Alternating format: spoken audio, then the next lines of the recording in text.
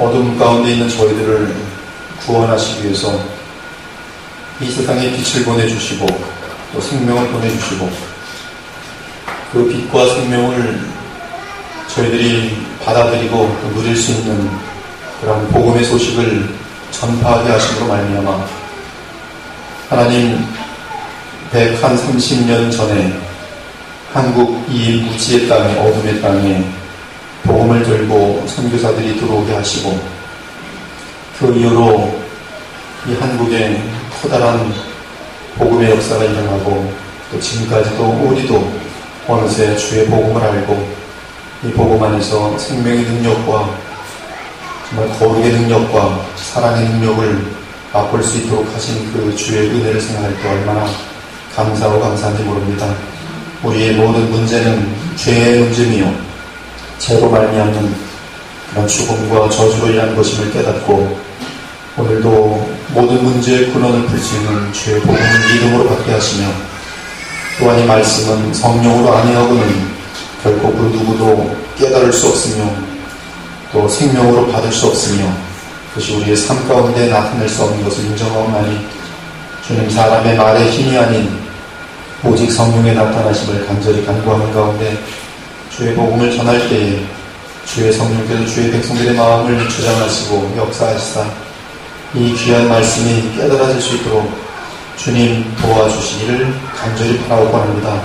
꿀과 송이 꿀보다 더 달콤한 말씀이 되게 하시며 사슴이 심해물을 향하여 갈급함 같이 하나님이 말씀을 듣고 더욱더 하나님의 말씀과 나를 향하여 갈급하여지는 심령이 될 수 있도록 주님이 이 말씀과 함께 역사하여 주옵소서. 주님 세상에 물들어가지 않도록 도와주옵시며 어둠 속에 처하지 않도록 저희들이 오늘도 말씀과 함께 빛으로 나오며 주님과 연합하는 시간이 되게 하여 주옵소서. 예수 그리스도 이름으로 기도 올려옵나이다. 아멘. 21절에 보면 하나님의 한 의가 나타났으니 하나님의 한 의라고 되어 있는데요. 하나님의 의가 있고 여기 한이라는 뜻은 또 다른 하나의 의라는 뜻입니다. 하나님의 다른 의 그런 뜻이 되겠어요. 하나님의 한 의, 다른 의가 나타났는데 율법과 선지자들에게 증거를 받은 것이라고 말합니다. 오늘 이 율법에 대한 증거는 제가 뒷부분에서 계속 말씀을 나누게 될 것이고 선지자들에게 증거를 받은 하나님의 한 의는 어떤 것들이 있는가? 가령 예를 들면 예레미야 23장 5절에서 8절 등을 들 수가 있습니다. 그곳에 보면 여호와의 말씀이니라 보라 때가 이르니 내가 다윗에게 한 의로운 가지를 일으킬 것이라. 그가 왕이 되어 지혜롭게 다스리며 세상에서 정의와 공의를 행할 것이며 그의 날에 유다는 구원을 받겠고 이스라엘은 평안히 살 것이며 그의 이름은 여호와 우리의 공의라 일컬음을 받으리라.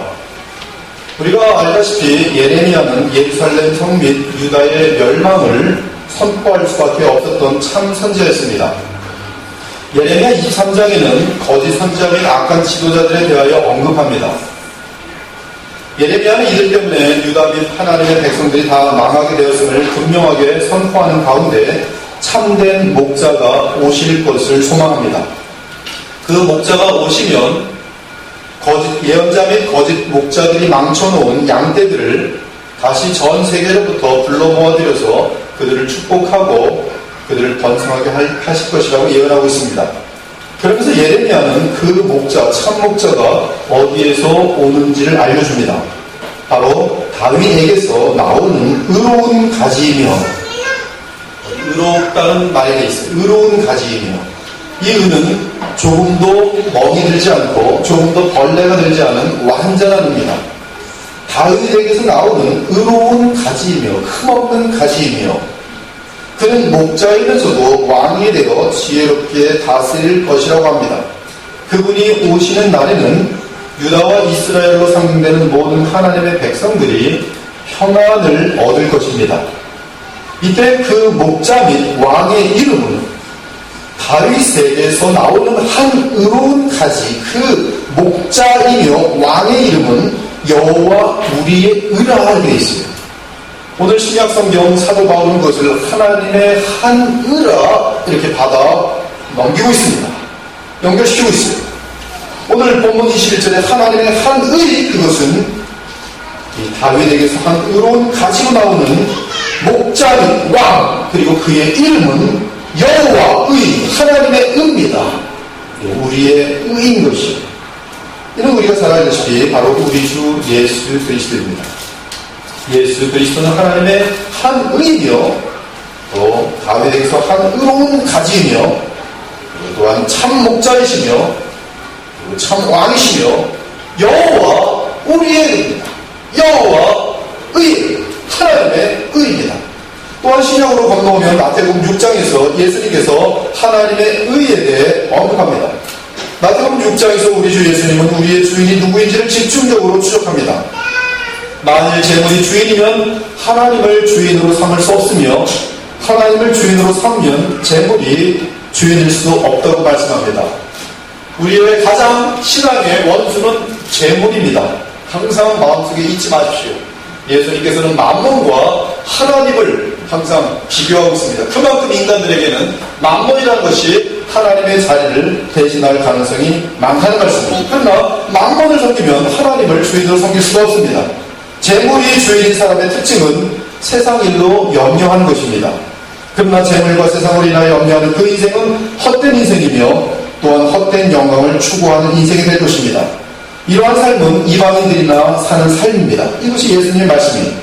중요한 사실은 재물은 눈에 보인다는 것입니다. 반면에 하나님은 보이지 않아요.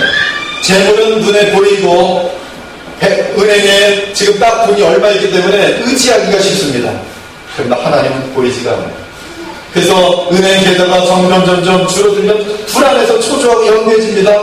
그러나 하나님은 보이지가 않아요. 믿음의 문제. 그러므로 눈에 보이는 것을 의지하는 인생은 보이지 않는 하나님을 믿을 수 없습니다. 그러나 하나님을 주인으로 모신 자의 삶은 믿음의 삶입니다. 하나님을 믿을 때 염려가 있을 수 없어요. 믿음과 염려는 상극입니다. 하나님을 주인으로 모신 자의 인생은 이 세상에 속한 썩을 재물이나 이 세상의 영광, 헛된 영광을 구하지 않고 하나님의 의를 구합니다. 재물을 구하지 않고 하나님의 의를 구합니다. 세상의 영광을 구하지 않고 하나님의 의를 구합니다. 그들이 누군가? 바로 예수님께서 말씀하시길 나의 제자들이요, 하나님의 백성들이요, 참된 성도들이요. 그들에게는 주인 되시는 하나님 아버지의 의가, 하나님 아버지의 뜻이 자신의 삶과 내 뜻보다 중요하다는 것입니다. 하나님을 주인으로 모시고 사는 삶은 하나님의 의를 따라 그 뜻을 이루어 드리는 도구가 되는 것이 최고의 영광과 보람이며, 따라서 재물 때문에 내일을 염려하는 삶이 아니라 오늘 아버지 하나님의 의를 구하는데 온 마음이 가 있는 삶을 살게 되는 것입니다. 이 믿음의 삶에 하나님께서는 먹고 마시는 문제에 대해서 계속적으로 염려하지 않도록 하겠다고 약속하고 있습니다. 예수님께서는 하나님의 의를 구하는 삶에는 하나님께서 입을 것과 먹을 것과 마실 것 등 삶에 필요한 모든 것을 제공하시겠다고 약속하셨습니다. 이 약속을 믿으십니까? 여러분, 그것이 믿음이에요. 그러므로 참 성도인 여러분은 세상으로 인하여 염려하는 삶을 살지 말고 죽는 그날까지 하나님의 의를 구하는 삶을 계속적으로 살아야 되는 것이, 그것이 신자의 유일한 도리입니다. 우리 신자는 무엇을 하며 살아야 되는가? 딱 한 가지만 하시면 되는데 하나님의 의를 구하시면 되는 것입니다. 복이 마친 그날까지.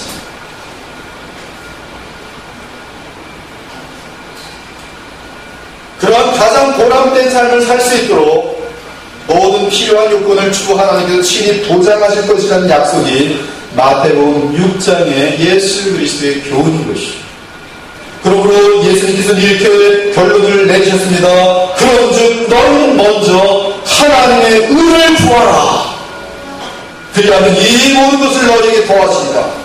그러므로 내일을 위하여 염려하지 말라. 내일은 내일이 염려할 것이요 한날의 괴로움은 그날로 족하니라. 너희는 오늘이라 하는 날에 하나님의 의를 구하라. 그렇다면 하나님의 의를 구하는 삶은 구체적으로 어떠한 것입니까? 오늘 저는 하나님의 의에 대한 개념과 정의를 성경을 통해 정확하게 제시하려고 합니다.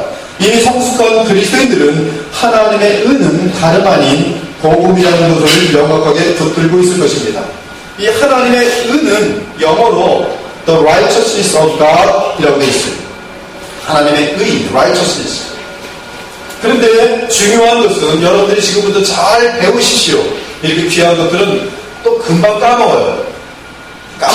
빨리 까먹어야 되는 것들은 평생 까먹지 않으면서 저 사람이 나 밥 안 사줬지. 평생 안 까먹어요. 근데 이 귀한 진리들은 그냥 설교 듣고 까먹어요. 잘 배우십시오. 마음속에 새기십시오.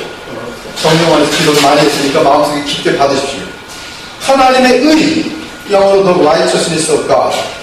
의는 이 공평과 맞물려 있습니다. 공평은 justice라고 해요. justice. 공의. 공평, 공의.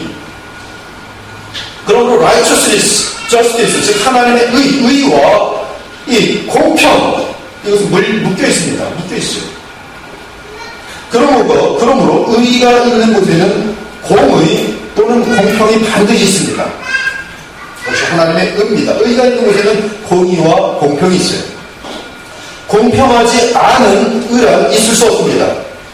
이 righteousness, 즉 의는 하나님이 제시한 공정한 조건을 다 이루면 하나님께서 약속하신 것을 얻을 권리 또는 자격이 주어지는 것을 말합니다. 그래서 공의한 것이, 의는 공의합니다.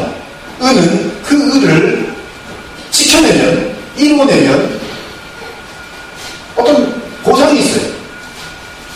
그래서 이 righteousness에서 right이라는 단어는 오른쪽, 그렇죠? right, you're right. 오른쪽, 옳다. 그런데 이 right은 권리라는 단어가 있습니다.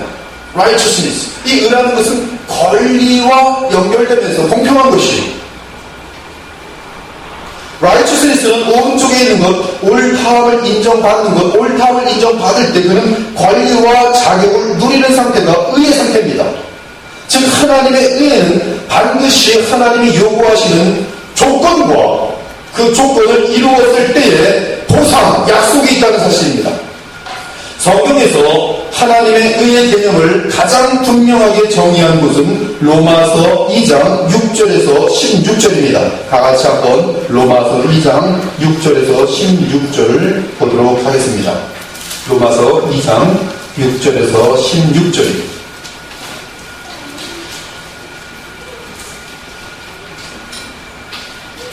서로 한 절씩 교도록 하도록 하죠. 로마서 2장 6절에서 16절. 하나님께서 각 사람에게 그 행한 대로 보응하시되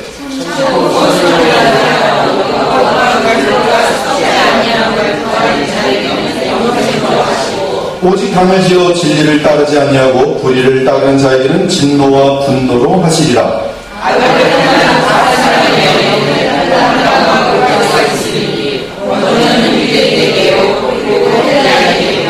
선을 행하는 각 사람에게는 영광과 존귀와 평강이 있으리니 먼저는 유대인에게요 그리고 헬라인에게라.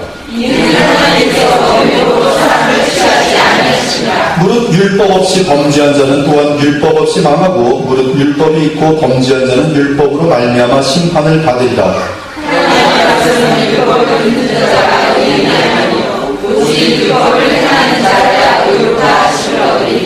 율법 없는 이방인이 본성으로 율법의 일을 행할 때에는 이 사람은 율법이 없어도 자기가 자기에게 율법이 되나니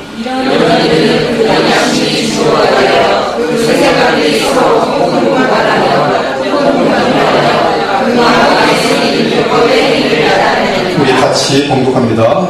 곧 나의 복음의 이름과 같이 이 하나님이 예수 그리스도로 말미암아 사람들의 은밀한 것을 심판하시는 그날이라.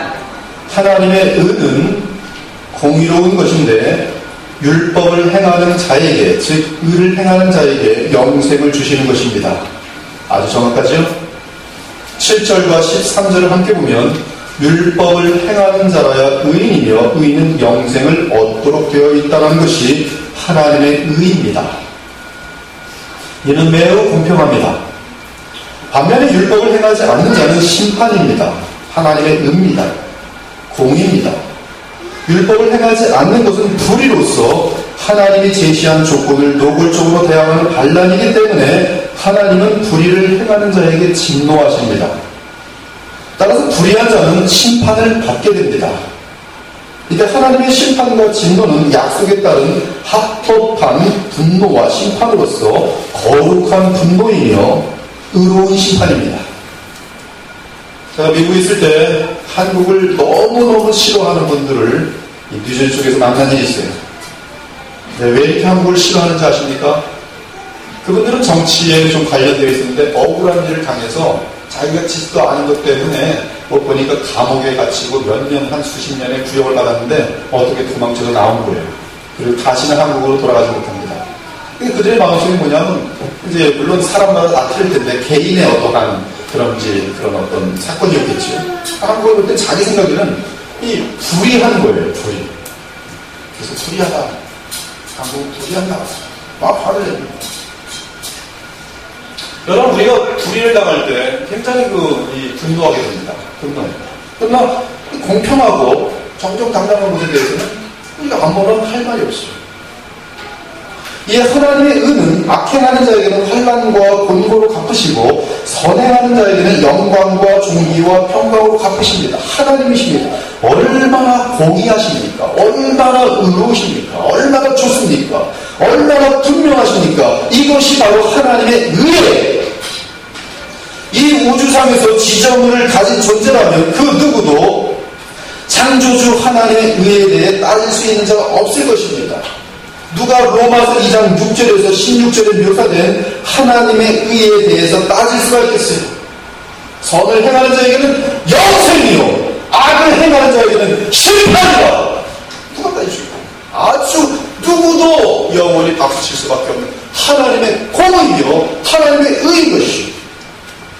그런데 로마서 2장에서 뜻하는 율법을 지켜서 의를 행한다는 것은 모든 율법을 항상 지키는 것을 뜻합니다. 죄덩어리의 인간이 로마서 2장을 보면서 봐라! 율법을 지켜야 의인이라 하지 않았느냐? 죄 있는 사람을 손가락을 막혀요. 자기는 상당히 비교적으로 의롭다고 착각하면서 자기를 의롭다고 오해합니다. 이건 그런 얘기 아니에요. 여기서 율법을 지켜서 의를 행한다는 것은 모든 율법을 항상 지키는 완전한 의를 행하는 것을 말합니다. 율법 중에 일부를 지켰지만 다른 부분을 지키지 못하면 영생을 얻을 수 있는 의가 아닙니다. 도리어 불의한 자가 되는 것이죠. 예를 들어 어떤 사람이 살인, 간음, 거짓 증거의 죄악이 없다고 합시다. 그러나 도둑질을 했다고 합시다. 그러면 그 사람 불의합니까? 아니면 선합니까? 도둑질을 어제 큰 도둑질을 했어요. 불의합니까? 선합니까? 불의한 거예요.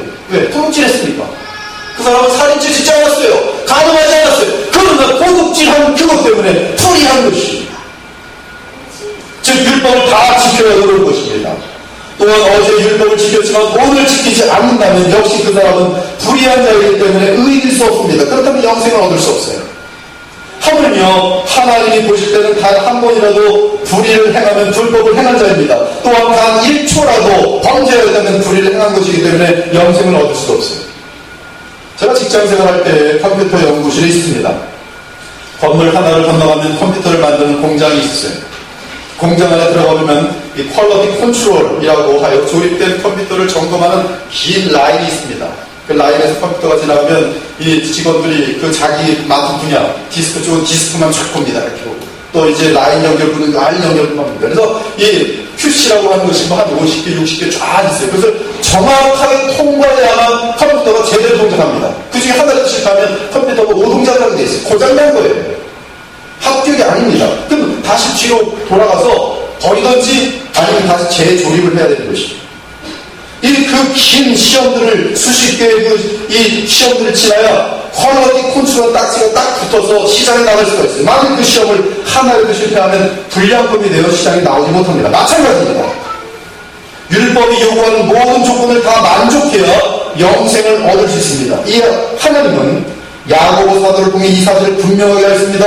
누구든지 온 율법을 지키다가 그 하나를 범하면 모두 범죄한 자가 되나니 간음하지 말라 하시니가 또한 살인하지 말라 하였은즉 네가 비록 간음하지 아니하여도 살인하면 율법을 범한 자가 되느니라. 또한 영생의 조건으로서 모든 율법을 항상 변함없이 온전히 지켜야 영생을 얻음을 말씀하셨습니다. 기록된 바 누구든지 율법책에 기록된 대로 모든 계명들을, 모든 일을, 모든 것을 항상 변함없이 행하지 아니하는 자는 저주 아래에 있는 자라. 이것이 바로 우리가 읽은 로마서 2장이 말하는 내용입니다. 율법을 알고 있지만 율법을 지키지 못한 사람은 어떻게 됩니까? 마찬가지예요. 그것도 저주를 받아 말하는 것이 하나님의 의입니다. 공평한 것입니다. 공의로운 것입니다. 하나님 앞에 의는 율법을 완전하게 영원히 지키는 상태여야 합니다. 그래야 하나님께서 영생을 주십니다. 결론적으로 말하면 영생을 얻을 수 있는 의는 완전한 의여야 하며 영생을 누리는 사람은 완전한 의인이어야 합니다. 이것이 하나님의 의입니다. 여기에 아무런 애들이가 없습니다. 더욱이 예수님께서는 이 정도가 아니라 한 걸음 더 나가셨어요. 율법을 지킨다는 의미가 무엇인지를 설명해 줬습니다. 마태복음 5장에서 7장까지 예수님께서는 이 십계명에 대한 이 강론을 하시는데 그 내용을 보면, 예수님께서 하신 말씀을 보면, 해석을 보면, 율법에 대한 해석, 혹시 행동으로 가는죄를 짓지 않고 살인죄를 짓지 않았어도 마음으로 누구를 미워하고 입으로 욕을 하고 마음으로 간음하였으면 율법을 지킨 것이 아니기 때문에 불의한 자로 판명되어 하나님의 의에 따라 지옥불에 떨어진다고 말씀하십니다. 내 사람에게 말한 바 살인하지 말라. 누구든지 살인하는 심판을 받게 되리라 하였다는 것을 너희가 들었으나 나는 너희에게 이르노니 형제에게 노하는 자마다 심판을 받게 되고 형제를 대하여 나가라 하는 자는 공에 잡혀가게 되고 미련한 놈이라고 하는 자는 지옥불에 들어가게 되리라. 저도 우리 자녀들 향해서 미련한 것 많이 얘기했는데 예수님 말씀드리는 지옥불. 제 인생 가운데도 저도 욕을 한 일이 있었겠죠. 지옥불이. 아니면 예수님이 거짓말장인 거지.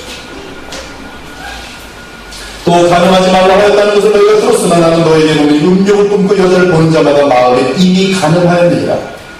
그리고 분명히 말씀합니다. 오늘 내 오른눈이 너로 실족하게 하거든 빼어버리라. 내 백체 중 하나도 없어지고 온몸이 지옥에 던져지지 않는 것이 유익하며 또한 만일 내 오른손이 너를 실족하게 하거든 찍어내버리면 내 백체 중 하나가 없어지고 온몸이 지옥에 던져지지 않는 것이 유익하니라. 내가 눈으로 마음으로 간음하였으면 지옥에 떨어진다는 말씀입니다. 예수님의 말씀이 진심이며 사실이라면 이 말씀을 듣고 여러분은 어떤 생각이 듭니까? 모든 인간들이 지옥에 갈 때 뻔하네. 그래서 답이에요. 성경이 답입니다. 그리고 무슨 하나씩은 그리고 아무런 하자가 없습니다. 완전히 공의로운 것이죠. 컴퓨터가 하나 고장났어요. 내보내! 끝까지 가면서 고장나면 어떻게 될 것 같아요? 동작이 안 됩니다. 네, 그렇습니다. 로마서 2장에서 말하는 하나님의 의는 모든 인간은 율법으로는 저주를 받게 될 것이라는 뜻이, 그것이 하나님의 공입니다.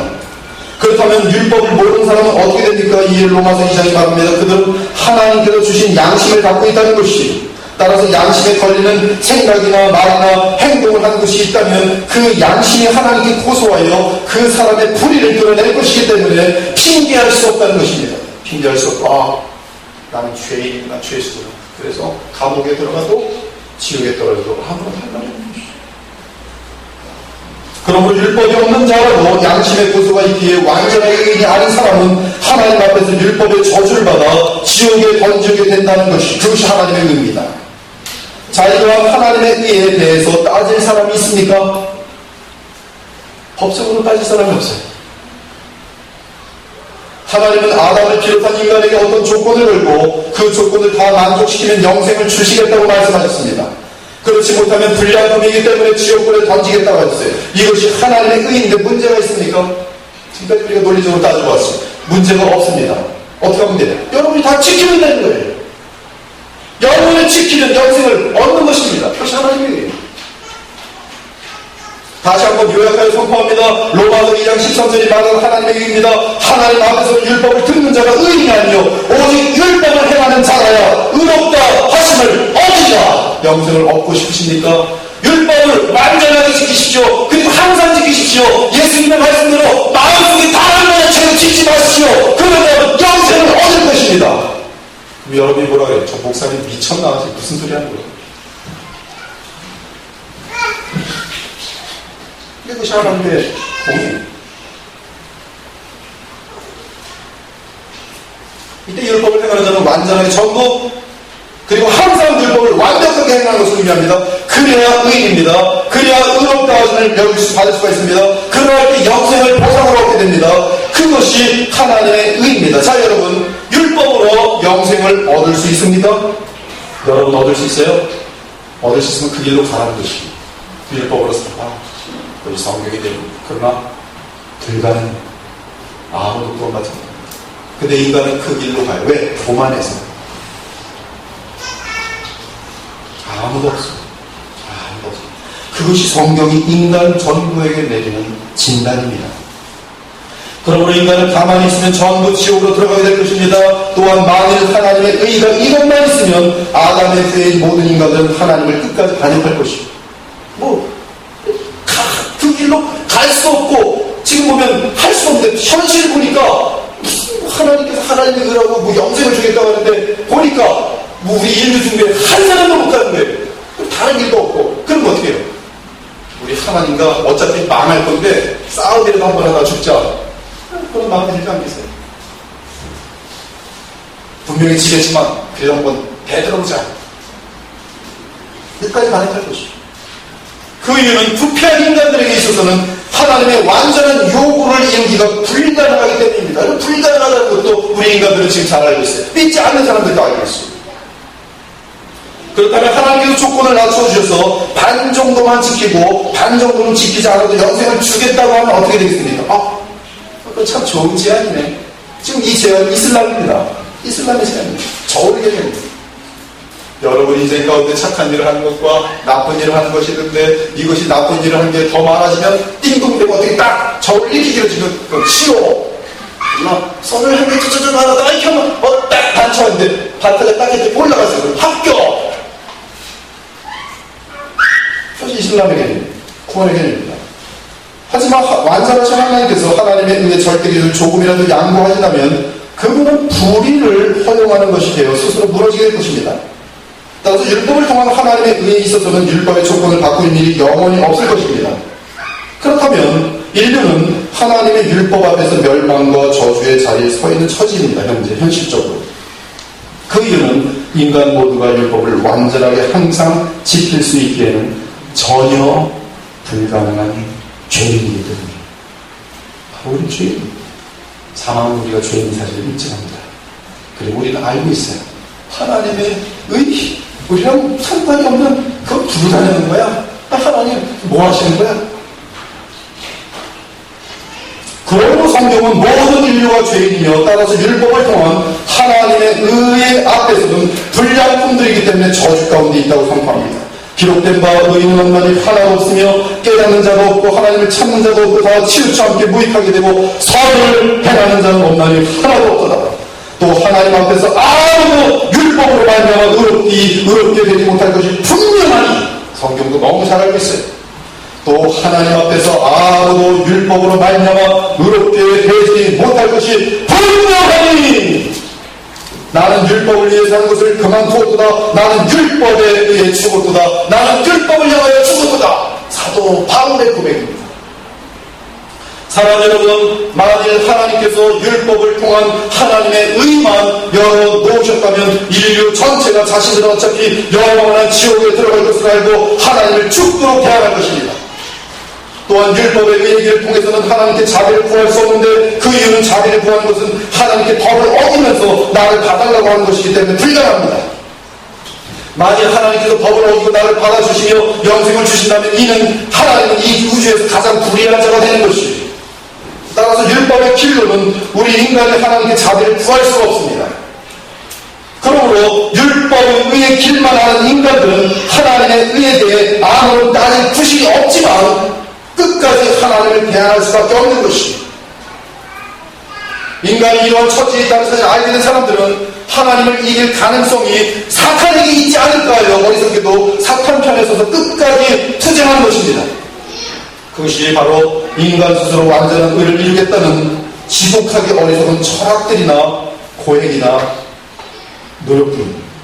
하지만 인간은 하나님의 율법 앞에서 완전하게 멸망하여 노아의 홍수 때처럼 지옥으로 들어가게 될 것입니다. 반면 하나님은 법적으로 아무런 하자가 없기 때문에 하나님의 의는 영원히 서게 될 것이고 무음한 천사들은 하나님의 공의 앞에 하나님의 의 앞에 영원히 할렐루야 당신은 의로우시며 영원히 찬양받으시기에 합당하십니다. 영광 드리는 것이죠. 여러분 재판관을 생각해 보십시오. 재판관이 가장 아름다운 위대한 것이 있지 않습니까? 저것 끝까지 타협하지 않는 것이죠. 법대로 끝까지 가장 정확하게 모든 것에 유혹되지 않고 대단한 재판. 법은 하나님께서 완전한 재판입니다. 사랑하는 여러분, 지금 제가 말씀드린 것은 사실입니다. 이것이 어떤 사상이면 여러분들이 저런 주의가 있구나, 저런 사상이 있구나, 그리고 넘어가도 됩니다. 그러나 이것은 사실입니다. 여러분들은 하나님의 의 앞에서 멸망받게 될 것입니다. 율법 앞에서 죄인으로 판명되었습니다. 하나님과 함께 할 수 없을 것이죠. 하나님이 없다면 하나님의 의는 없습니다. 하나님의 의가 없다면 이 세상에는 궁극적으로 의도성도 있을 수 없습니다. 하나님이 없다면 우리가 지금 이 세상에서 착하게 살 이유도 없습니다. 제가 저번에 우리 성모님하고 했는데 히틀러가 이겼으면 지금 히틀러가 죽일 놈이지만 히틀러가 이겨가지고 로마 제국처럼 전 세계를 제패했으면 지금도 영웅일 것입니다. 이 세상에 궁극적인 의도성도 있을 수가 없어요. 하나님이 없다면. 그러나 완전한 의와 선은 아니지만 이 세상에 선과 의가 존재한다는 것은 완전한 의와 선이신 하나님이 계시다는 증거예요. 우리는 뭐가 선인지 본능적으로 압니다. 본능적으로 알아요. 양심에 의해서 압니다. 그것은 완전한 의와 선이 있다는 분명한 증거인 것이죠. 하나님이 계시다면 완전한 의를 요구하는 하나님의 의가 있습니다.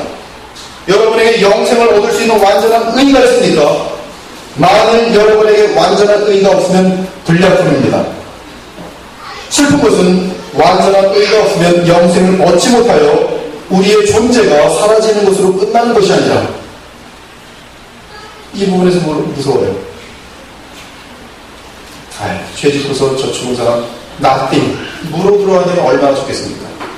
그러나 이성적인 존재를 향해서는 무라는 것은 없어요. 영혼은 불멸합니다. 영혼은 nothing으로 돌아갈 수 없어요. 그렇기 때문에 불의 가운데 이 세상을 떠나면 율법 앞에서 이 세상을 떠나면 하나님의 의에 의해 심판이 있다는 사실입니다. 그 심판은 지옥입니다. 하나님의 영원한 분노와 진노입니다.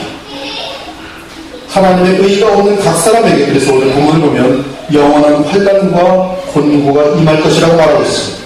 그것이 하나님의 의입니다.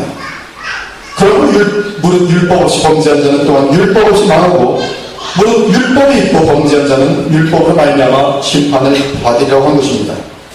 어느덧 하나님의 의를 참으로 이해한 인간들은 하나님을 향한 저주와 욕설이 나오게 되어 있습니다. 계시록을 보니 하나님의 의에 의해 공의로운 심판을 받는 인간들의 모습이 나타나고 있습니다. 그들은 하나님이 요구하는 완전한 의가 없기 때문에 하나님의 심판을 받고 있습니다. 아픈 것과 종기로 말미암아 하늘에 하나님을 비방하고 그들의 행위를 회개하지 아니하더라. 또 무게가 한 달란트나 되는 큰 우박이 하늘로부터 사람들에게 내리매 사람들이 그 우박의 재앙 때문에 하나님을 비방하니 그 재앙이 심히 큼이라. 이 내용을 쉬운 성경으로 보면 그들은 자기들이 당한 아픔과 고통을 보면서 하나님의 탓을 돌리며 저주하였습니다. 그러면서 회개하지도 않고 악한 행위에서 돌이키지도 않았습니다. 무게가 한 달란트나 되는 큰 우박들이 하늘에 쏟아졌습니다. 사람들은 우박 때문에 재난이 너무나 커서 하나님을 향해 저주를 퍼부었습니다. 성경은 이들이 회개를 거절했다고 말합니다. 고통당하면서 불의한 자이기 때문에 하나님께서 지금 심판을 내리시는데 이 땅에서 근데 하나님을 저주하고 있어요. 아프기 때문에 손가락 당했어요. 여러분, 회개가 무엇입니까? 나는 죄인이라고 인정하는 것이죠. 첫째. 그러면서 하나님의 율법으로는 나는 정죄함을 받을 수밖에 없고 멸망과 저주에 이를 수밖에 없음을 인정하는 것입니다. 그것이 회개의 첫 번째 단계. 그러므로 나는 아직도 하나님 앞에 가도 당당하게 난 영생을 받을 수 만큼 그렇게 의로운 사람이라고 착각하는 사람은 회개하지 못해요. 그런데 사람이 자신의 죄악됨을 인정하고 회개할 수 있게 되는 것은 하나님의 또 다른 의의가 있다는 것을 알 때만 가능합니다. 대단히 중요한 것이에요. 즉 하나님의 의는 공의로운 율법을 통한 의도 있지만 죄악된 인간들이 그 길로 올 수 없다는 것을 아시는 하나님께서 또 다른 하나님의 한 의를 열어주셨다는 사실을 알 때 회개가 가능합니다.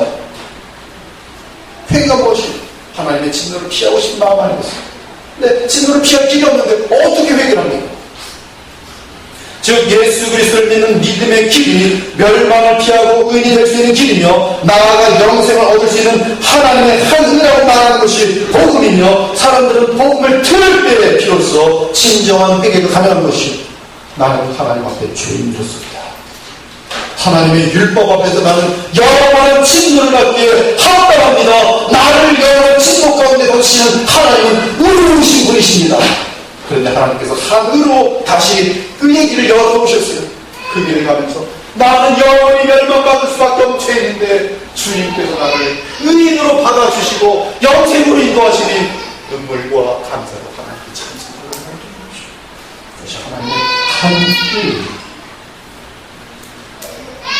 그러므로 복음의 길을 모르는 자들은 율법을 통한 하나님의 의밖에 모르기 때문에 마침내 하나님을 저주할 수밖에 없도록 되어 있습니다. 그러나 하나님께는 그리스도를 통한 또 다른 하나님의 의의 길을 열어주셨습니다.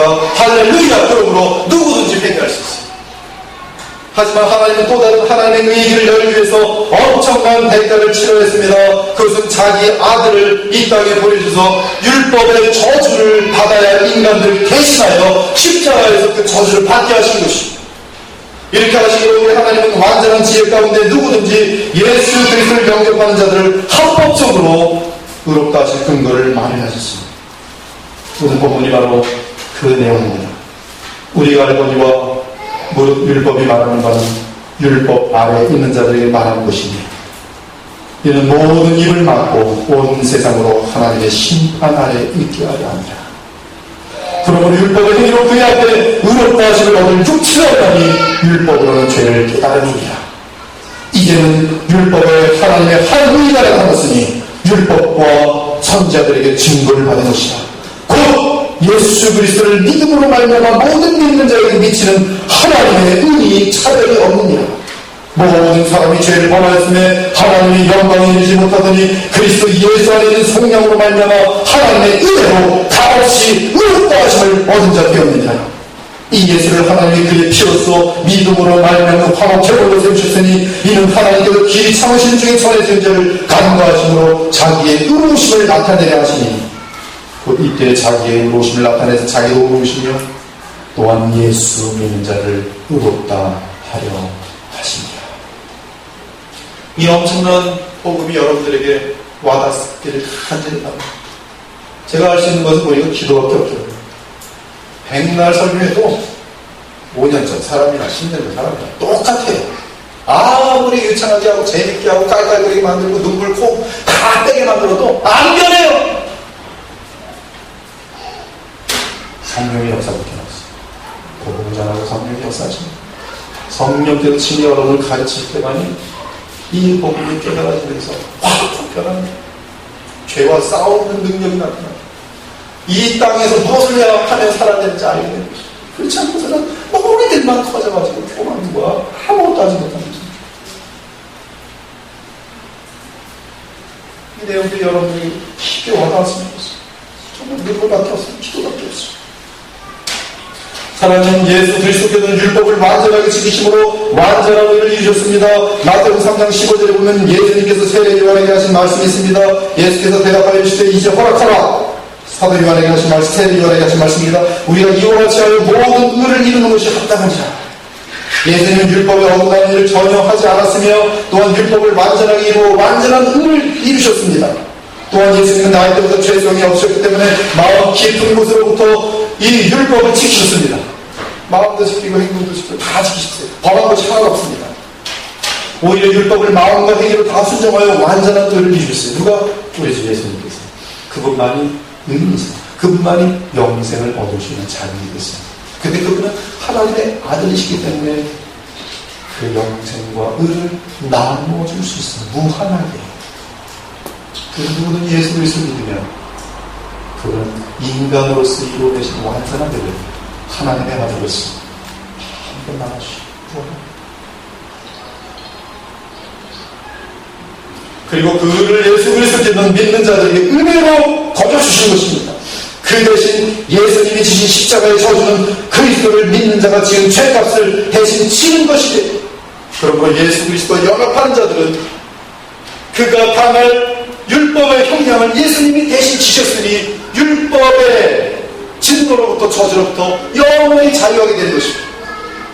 또한 예수님과 연합하는 자는 예수님께서 이루신 완전한 의가 그에게 넘어가니 그를 거저받으면서 완전한 의를 소유하고 있으니 영생을 얻고 하나님 나라 들어가는 것입니다. 여러분 이것이 신기한 사랑의 복음입니다. 여러분 인류 가운데 인류는 아니지만 뭐 신데렐라 내용 모르는 사람 없어요. 똑같은 내용이에요. 가난한 신데렐라가 지극히 높고 훌륭하고 아주 인격도 뛰어난 부자 왕자와 결혼했더니 신데렐라 신분이 확 펴서 왕비가 되었더라. 그 왕비가 되는 것에 뭐가 있어요? 결혼이 있어요. 연합이 있어요. 그것이 믿음입니다. 그것이 예수님을 영접하는 것이죠. 예수님을 영접하면 예수님이 이루신 모든 것들이 부패한 우리에게 거저 주어진 것이죠. 그분은 또한 우리를 너무나 사랑하시사 내가 당해야 되는 페널티를 저도 우리 딸 사랑 많이 해서 빨리 뭐 잘못되면 제가 다 내립니다. 왜? 사랑은 예수님께서 우리를 사랑하셔서 우리가 치는 모든 것들 다 사랑하십니다.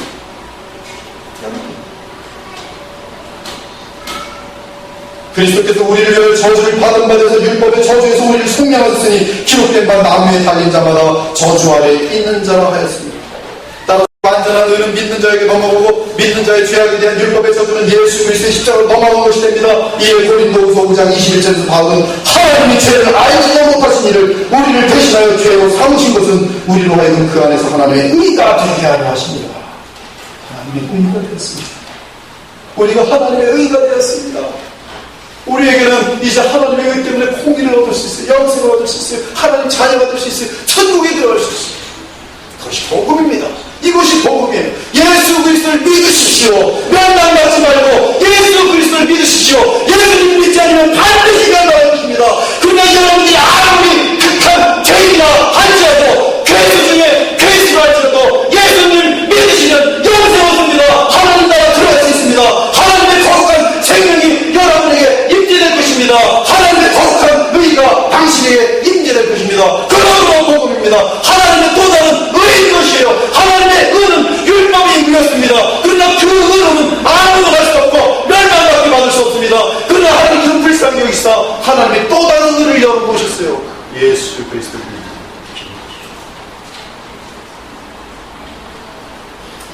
이것이 복음을 통한 하나님의 의입니다. 더 나아가 하나님의 의는 인자가 되신 율법을 완전하게 이루시고 또한 하나님의 백성을 대신하여 그들의 죄값을 지신 예수 그리스도께 사람들에게 성령을 보내실 수 있는 특권과 자격을 주셨어요.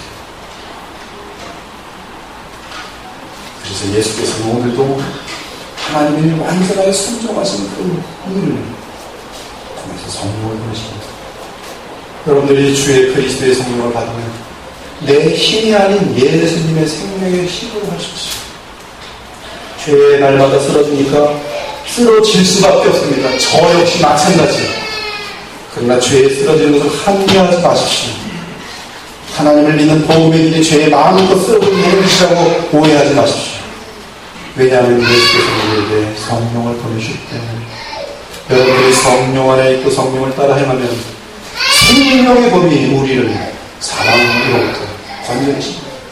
죄와 사망으로부터 건져내십니다. 그것은 생명입니다. 거룩한 생명의 능력이 우리 가운데 함께하게 되어 있습니다. 그리스도를 믿어 그리스도 안에 있는 자들은 완전한 의를 소유한 것이 되고 나아가 성령과 물로 거듭난 생명을 얻게 되시죠. 즉 하나님은 그분의 의에 따라 법적으로 죄인을 의롭다 칭할 뿐만 아니라 실제로 의를 행할 수 있는 생명까지 주셨다는 사실입니다. 그러므로 주 예수 그리스도로부터 성령을 받은 자들은 거듭난 생명을 소유하게 되면서 마음으로부터 생명을 받았으니까 마음도 정말로 미워하지 않고 마음도 정말로 음력을 품지 않을 만큼 마음으로부터 행동까지 전부 하나님의 율법을 지킬 수 있게 되는 것이죠. 이처럼 그리스도의 거룩한 생명을 부여받아 거룩한 삶을 살게 되는 자가 바로 성도인 것입니다. 이는 그리스도 예수 안에서 하나님의 복이 이방인에게 지배하고 또 우리로 하여금 믿음으로 말미암아 성령의 약속을 받게 하려 하십니다. 여러분 성령을 받으십시오. 또 성령을 구하십시오. 이처럼 예수님께서 이루신 완전한 의를 믿음으로 통하여 받는 자는 구원과 영생과 성령을 얻지만 그리스도를 믿지 않는 자는 하나님의 의로운 심판에 의해 율법의 저주 아래 떨어지게 되는 것이죠. 다른 말로 이 모든 것이 하나님의 의입니다. 그러므로 하나님의 의는 율법과 복음에 의해 지지를 받습니다. 율법은 온 인류를 하나님의 심판 아래 가두는 하나님의 의이고 복음은 누구든지 예수 그리스도를 믿는 자들에게 죄사함과 영생을 주는 하나님의 의인 것이죠.